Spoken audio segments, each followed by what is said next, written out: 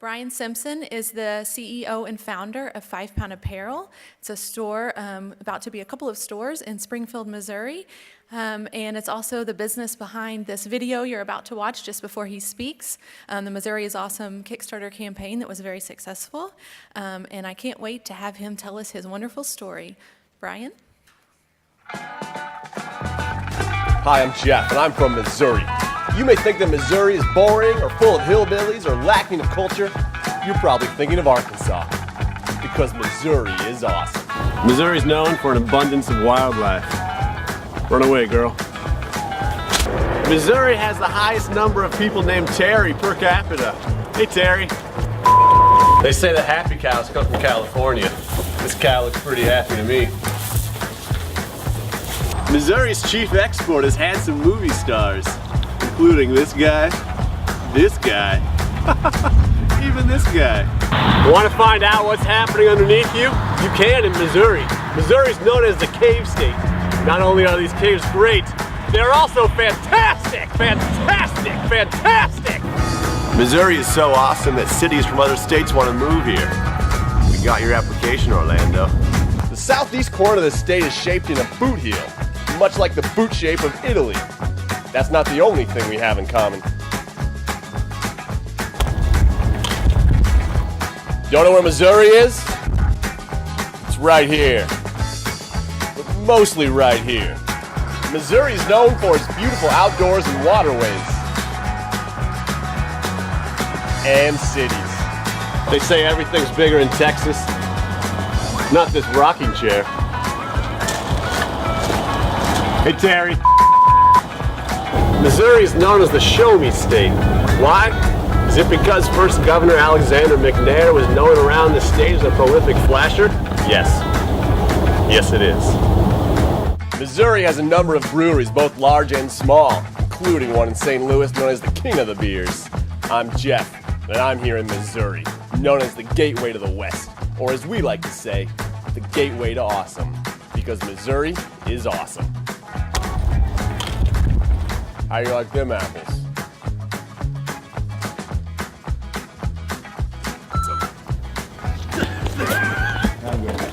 Not good. Oh yeah. Reminds me of my first apartment.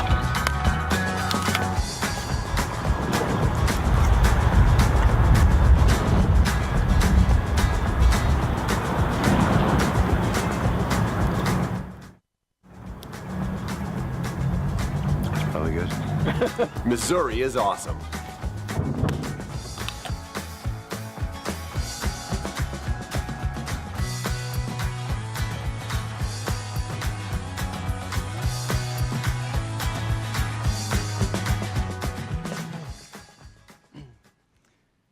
Thank you. I haven't watched that in a while. It's funny. Thanks for the introduction, Sarah. I love being called a CEO, and I hate it as well because I'm 25, and I really tend to just look at myself as the director of awesomeness, if we've got the PowerPoint. Do we? There we go. So, again, I'm the owner and director of awesomeness of 5 Pound Apparel. Again, being 25, I don't look at myself as a CEO by any means, but I think Director of Awesomeness as a title really defines what we're trying to do as a company. And so today I'm going to talk to you guys a little bit about the business, 5 Pound Apparel, and Missouri is Awesome and how all of it came to be. But really, I just wanted to tell you guys our story of how we got started, because I see a lot of young faces out there, and I hope that it's valuable to hear a story of someone who started a business in college and what it's become. And so my story starts far before the business, as you can imagine. And I was really able to define my whole life before the business in about 4 pictures. And the first picture was taken in high school. I grew up in Springfield, Missouri. It's in the top left there. My really only passions in high school were watching our basketball team play soccer, and then trying to impress upperclassmen girls, which I was less than successful at a number of times. And so at no point in high school did I ever really plan what I was going to do in college in my career. And my dad works at Missouri State University in Springfield, and so I always thought that I would go to Missouri State. I never really thought about a different career path than that. But about 2 months before I graduated from high school, I got an offer to play soccer at Drury University, which is a Division II school in Springfield, just right across the street from Missouri State. And I took it, and I was excited, but I didn't really make that decision thinking about my future. I didn't think about how that would influence who I was going to be in my career. I only did it because I loved playing soccer, and that's all that I knew. And so when I got to Drury, they put all the athletes in a room for freshman orientation, and that's when you pick your first round of classes. Well, the 9 freshmen and I all got together, and we thought, well, the only way that we can have the same classes together is if we're the same major. And so we put our heads together, and we decided at that point that we were all going to be business majors. And that was as much thought as I put into my career at that point. And it ultimately led to the next 7 years of college, like Van Wilder. But unfortunately, my soccer career was short-lived. I broke my foot. I transferred to Missouri State. Remained close to a lot of good friends at Drury. Have a lot of fond memories from college. But the problem for me is that whenever I played soccer, I had 2 priorities. I had soccer and then partying. But then when I quit playing soccer, then I only really had partying to focus on. And so when you see me dressed up as Dorothy, that was post-soccer, and that's really all I had going on. And so it wasn't until my first of 2 senior years in undergrad that I really started to think about what I was going to do for the rest of my life. And it's safe to say that up until that point of my life, I hadn't done my fair share to give back, to help people. And so one day, my friends and I were on our way to coach a youth soccer team in a town about 20 minutes north of Springfield.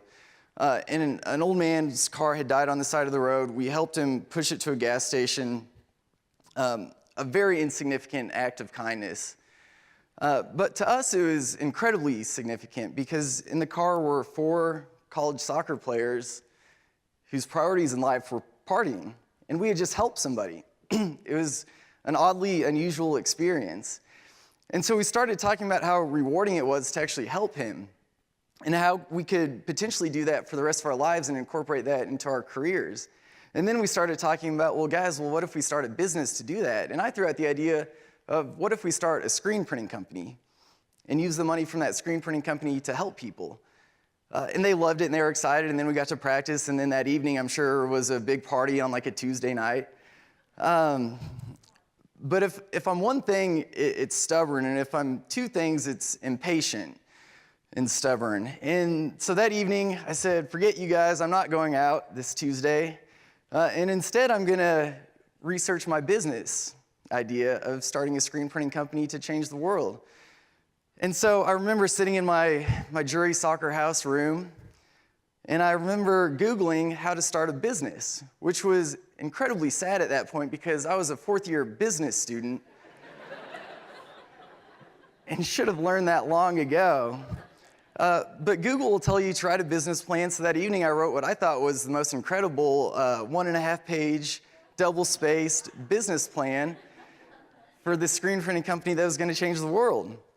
And so my plan was to take that plan, my business plan, to my investors, who at the time were my parents, and see if they would help me buy this equipment to ultimately change the world. And so I sat down with them and I explained this idea. They were confused, but also moderately excited that I wasn't just focusing on partying right at that moment. They offered to help with the initial investment, which at the time was about $2,000. And within 10 days of this idea, I showed up at the Drury soccer house on my front porch, and we had all this screen printing equipment. And the thing about the Drury soccer house was that up until that point, we were known for a lot of things, some of which I probably shouldn't mention. The things that I can mention is that our big night was Soccer Sunday, where we would play a lot of beer pong in our college living room. And beer pong meant a lot to us, sadly, at that point. And this ended up being one of the hardest days of my life because in order to make room for our screen printing company, we had to take down our beer pong table. And so we took down our beer pong table, lost some friends over the whole decision, and then we set up all of our screen printing equipment. And that's when it really hit us that none of us had ever screen printed a t-shirt in our lives. And that the only reason that we thought that we could do it was that this kit came with a how-to DVD. And so my life, as you can imagine, took a 180 because instead of being able to party all the time, I was now sitting at home like a big nerd watching YouTube videos on how to screen print. Ultimately, we somehow managed to grow. We got a lot of business through relationships, through jury, through other universities. But it came back to that original idea that everything that we were going to sell was going to help somebody. And at the time, I had a good friend from high school named Mark Arnaldi. His name and his website of what he's currently doing are on the screen. He's an incredible guy. Highly encourage you guys to research him. He was just named as one of the Forbes 30 under 30, which is pretty remarkable. But what Mark was doing was using this fortified peanut butter treatment to treat malnourished children in Nepal. Malnourished children in areas like Nepal, in some cases, would have to travel 2 days to inpatient care. They don't have the money. It's just not a feasible way to treat people. But what Mark was doing was taking this peanut butter treatment that they could actually deliver to the communities in rural Nepal, teach the women how to provide it to their children, ultimately empowering the women of the communities. And then it was also about 1/6 of the cost of inpatient care. So what we started doing was simply a one-for-one model. For every shirt that we would screen print and sell, we would donate one treatment to Nepal Nutrition. And what happened is that our screen printing company started to grow really quickly. And meanwhile, I'm now in my second of 2 senior years, working all the time. And our company was growing to the point to where we actually got offered a really big contract through Missouri State. And in order to get some of these really big contracts, a lot of times you have to show proof of what's called commercial liability insurance, something that every business would have. And in order to get commercial liability insurance, you just need to take your business license to your insurance agent and you'll get commercial liability insurance. The problem for us is that whenever I typed into Google how to start a business, they didn't tell me that I needed a business license. And so when I found that out, I went to the city, I explained to them that we had started a screen printing company that was going to change the world and that I needed a business license so we could keep changing the world. She said, that's great, fill out this form, and I gave her the form, and she came back and she said, well, everything looks great except for there's one problem. I looked up your address and it says that it's a residential property. And I said, I know, and I went back through the whole thing. It's my college living room, we're trying to change the world, we need a business license. She said, I got that. But in Springfield, it's actually illegal to have a screen printing company in a residential living room. And so we got shut down. And so like I mentioned, I'm stubborn and I'm impatient. And so the only thing that I knew to do was go find a building to where we could actually run a legitimate business. And so I found the perfect building. The only problem was that it was for sale and that we didn't have any money. And so I did the only thing that I knew to do at the time, which was to call my investors again, still my parents, and explain to them what happened and that the only way that we can keep doing what we're doing is that if you guys buy this building. And that conversation went a lot differently than the first. My parents have been incredibly supportive, but by no means do we have the kind of money to just buy a building.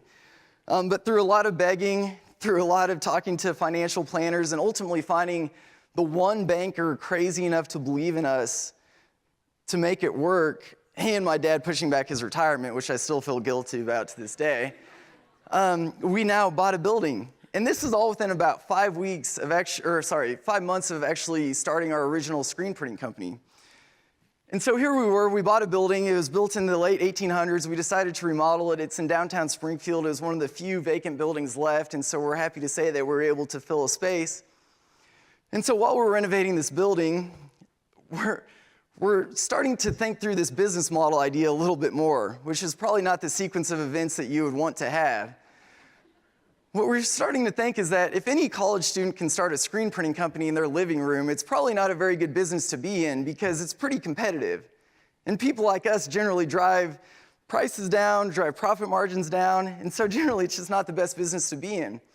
But what we decided is that if we could turn this idea of helping people into a retail store, then we could help so many more people. And so we figured out that if we could sell a t-shirt for $20 to $25, that we could then donate 5 pounds of food to treat malnourished children in Nepal. So after 5 weeks of construction, here we were, December 10th, with 5-pound apparel. And the whole idea was that everything that we were going to sell was going to benefit a nonprofit somewhere around the world.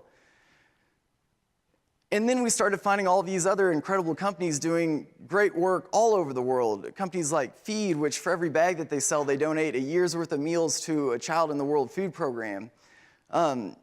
Crochet Kids and Seiko, they do amazing work in Uganda. Tom's, obviously, they donate a pair of shoes to a child in need for each pair sold. So we found all these incredible companies that aligned with our mission and enabled us to help people all over the world through the sale of various products along with our own products. And so like I mentioned, here we are. This is day one, December 10th of 2010. Our city at the time had this incredible incentive loan program to where you could get a loan if you open a business in a downtown development area. So we got a $25,000 loan to open the store, which is essentially bought what you see here. We thought that $25,000 at the time was all the money in the world. And then that day, the day that we opened, I went to go and actually get a business license for once, because up until this point, we still didn't have one. And so I filled out the paper again, and I had forgotten that one of the questions that they ask is, what do you expect your annual revenue to be? Because you pay a percentage based on that in order to obtain your business license. And so on what should have been a very exciting day in my life turned into an absolutely horrifying day in my life, because I had just convinced my parents to buy this building. We had committed literally everything that we had to buy this building. And at no point had I actually done the research and considered what kind of annual revenue we would do that would then be used to pay my parents' rent on the building, ultimately pay myself at some point, and then help the different nonprofits that we had committed to help. And so instead of celebrating that evening, I went home and I bought the Complete Idiot's Guide on how to run a retail store, and it became my Bible. For the next year, we continued to grow. We were so fortunate to have a supportive group of customers and, of course, family and friends. One of the things that the Complete Idiot's Guide explained to me was that $25,000 would have been enough to go out of business in about 3 weeks. We really should have had closer to $250,000 in order to open. But at that point, I think that we were just so stupid enough to think that we could do it, that we actually did it. And so our company continued to grow. After year 2, we had quadrupled in size. And so it's been a really neat thing to see the community, to see just Springfield in general embrace the idea. But one of the things that happened to us very early on is that we started to think through our business model again, and it's something that any entrepreneur does. They constantly reevaluate what they're doing. And one of the things that we recognized from the very beginning was that our mission was to help people all over the world. But a year or so into the company, we took a step back and we said, well, what are we doing to help people in Springfield and in Missouri? Because the reality is that people locally have problems just like everywhere else, and we can do something to help them. And so our idea was to create a t-shirt, somewhat serious and somewhat sarcastic, that said, Springfield Mo, where dreams come true. And you'll see the guys, the nice guys from Florida Georgia Line wearing this at their most recent concert to Springfield. But that became our most popular shirt. We've sold 2,500 of this one shirt to date. And what happened from that is that we realized that people want that connection to where they're from. And that's how the whole idea for Missouri is Awesome came about. We can now take these concepts and these ideas and use them to give back all over Missouri and make shirts for St. Louis and Columbia. And that's how we decided to make the Missouri is Awesome video. It was all just by chance that all these ideas came about. But then we made the video and we didn't know really what to do with it. We had a really funny video, and we actually had it for 6 months before we released it to the public because we didn't know what to do. And then finally our idea was, well, what do we have to lose by putting it on Kickstarter? And then we could eventually launch MissouriIsAwesome.com and sell t-shirts to the whole state. And so we put it up. Our goal was $5,000. 30 days later, a couple NPR shout-outs with 3 million Facebook followers, we had raised $33,000. And so for us, it's been incredible to see that idea grow, still help people all over the world, and really become a huge part of our identity. One of the neat things for us is that we're still young. And I think the best thing about being a young entrepreneur is that I'm poor and I'm young. And so if we fail, I really have nothing to lose. And so it's the best time for me to take big risks. And so one of the exciting things for us is that we just announced that we're growing, and we're growing substantially. We're opening a store that's about 75% bigger than our current store in Springfield. It's in one of the premier developments in Springfield. So being young, you get to take big risks. You can fail hard, but you can succeed as well. And so I wanted to leave you guys with just a couple of thoughts. One of the things that has been really important to me is understanding this idea of doing versus thinking. And this quote, I really think you can, in a nutshell, summarize who we are as a company. It's much easier to educate a doer than it is to activate a thinker. See, had we truly been thinkers and actually thought through this business model, I wouldn't be here today talking to you guys about who we are. We easily would have seen that this was a crazy idea and never would have worked. But I think the important thing to take away is that for those of you that want to take a risk and start a business, but you're too afraid of failure for whatever reason, it's important to take that risk, because even if you start with a really bad idea like we did, I think you'll be surprised how out of bad ideas come good ideas, and out of good ideas come great ideas. And really the last thing that I wanted to mention, and it's something that I generally just don't like talking about, but it comes off as bragging, and I don't want it to look like that. I'm going to tell you these numbers for two different reasons. To date, we've donated over $15,000 locally, well over 7,500 pounds of food to children in Nepal, 3,200 books to children in Africa, closer to 1,500 pairs of shoes to kids all over the world, and well over 20,000 meals to children in the World Food Program. And the two reasons that I tell you those things are, number one, I'm incredibly proud of what we've created. We've worked so hard to create something. But the second reason that I tell it to you is that if you're out there thinking about starting a business and you're afraid of failing, which is a total real possibility, you might fail. But the other thing that might happen is that you'll be successful, and 3 years later, you'll get to look back on what you created and be incredibly proud of it as well. So I'd encourage you to take those risks. That's all I've got. Thank you guys so much for having me. I'm excited to answer any questions. Missouri is awesome. Thank you.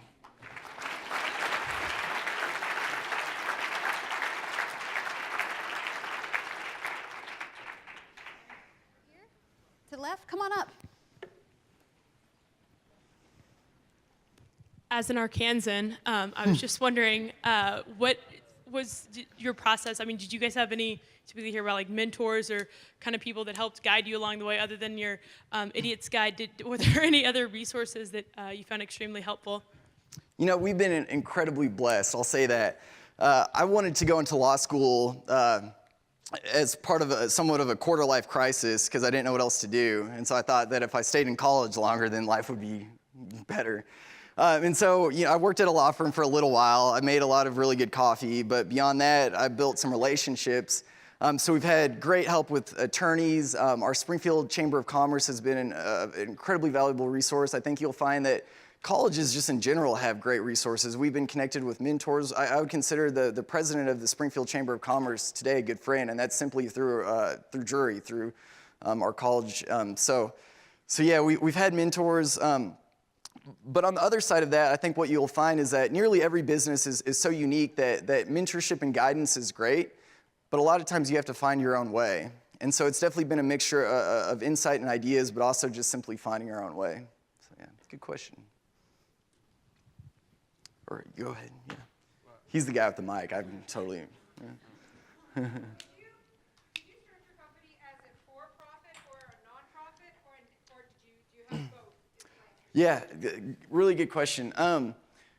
We started it very intentionally as a for-profit, and I could go into the legal aspects of that, but the reality is that in retail, we would look at would be viewed at as a very inefficient nonprofit had we registered as a nonprofit, because the realities of retail and the costs involved and the profit structure, we just couldn't be an efficient nonprofit.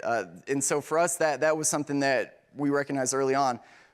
But the other side of that is we very much look at ourselves as social entrepreneurs. And if you were to define social entrepreneur, it would be essentially you take entrepreneur, create a business that ultimately is profitable at the end of the year, makes more money than it spends.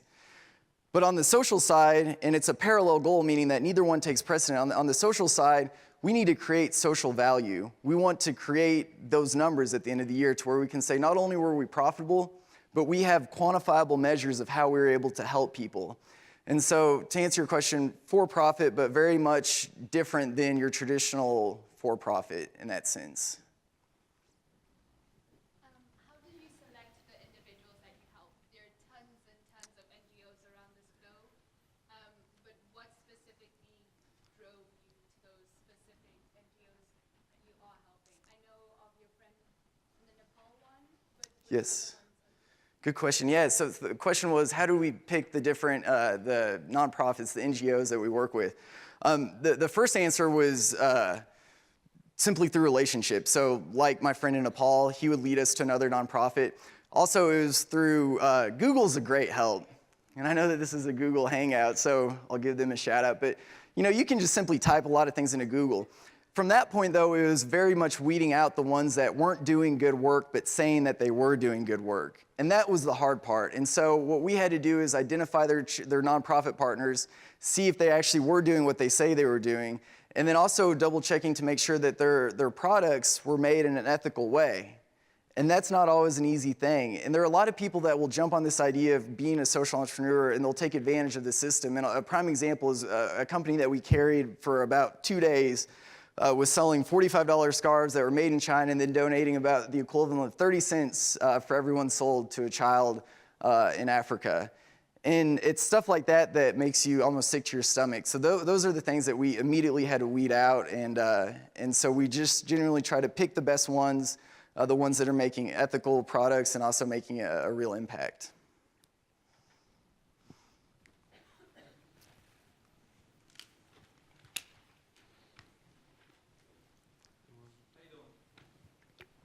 I'm good, how are you? Yes, you're talking about the whole world there. I see some countries in South America that you support. How many more countries you can support down there? Other countries? In South America? Yeah. Also one is my neighbor. That's a great question. My mom's from Brazil. I'm going to the World Cup. I'm from Venezuela. Oh. You south. So what is the odds to help in Venezuela? One of the things for us, it's very much based around products. So in terms of whenever we're able to help a nonprofit, it would be based around the product being able to fit into our store. And so we look for nonprofit partners that are generally creating products that are both relevant, meaning that people would buy them regardless of what they're doing. And that's one of the most important things to us is we're always trying to sell products that people would buy regardless of if it helps somebody. And so accessibility is another thing. See, I was just in Las Vegas 2 days ago, which is where we go to market and we pick out all these different companies. But there's really no way that you can reach these companies if they don't have a presence. Good you answer. Venezuela, I don't know if you know that Venezuela is one of the founders of OPEC. The petroleum, OPEC? It's one of the founders. Venezuela, they used to call it Little Saudi Arabia, because caballo de oil, right? With south of Brazil and us, we have a gold, diamonds, right? Colombia is 45 minutes from my hometown. You're gonna tell me that you cannot have a connection with Venezuela? When we are a very young country with 29 million. So you answer my question, you say you can't because it's no business. When Venezuela export oil to US, the fifth country. So you're gonna tell me if we cannot do business with the whole world? No, I very much think that you can do business with the whole world. The problem is that we're not in the business to create business for you. So we're in the business to help other businesses that are doing the work. But for me to actually go to Venezuela, it would be very impossible for us to actually start a business in Venezuela, not to mention the language barrier, because I failed Spanish, as you guys can imagine.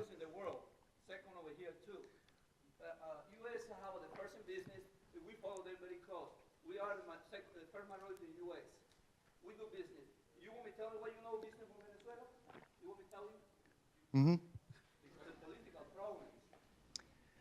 It's darn politics. We are third world country. We need help. I left. Well, I'm here because we are third world country. We super. And you're going to tell me? Yeah, I don't want to put you in the front row, no? I can say that. Bryan Simpson, thank you so Thank you, much from guys. 5 Pound Apparel.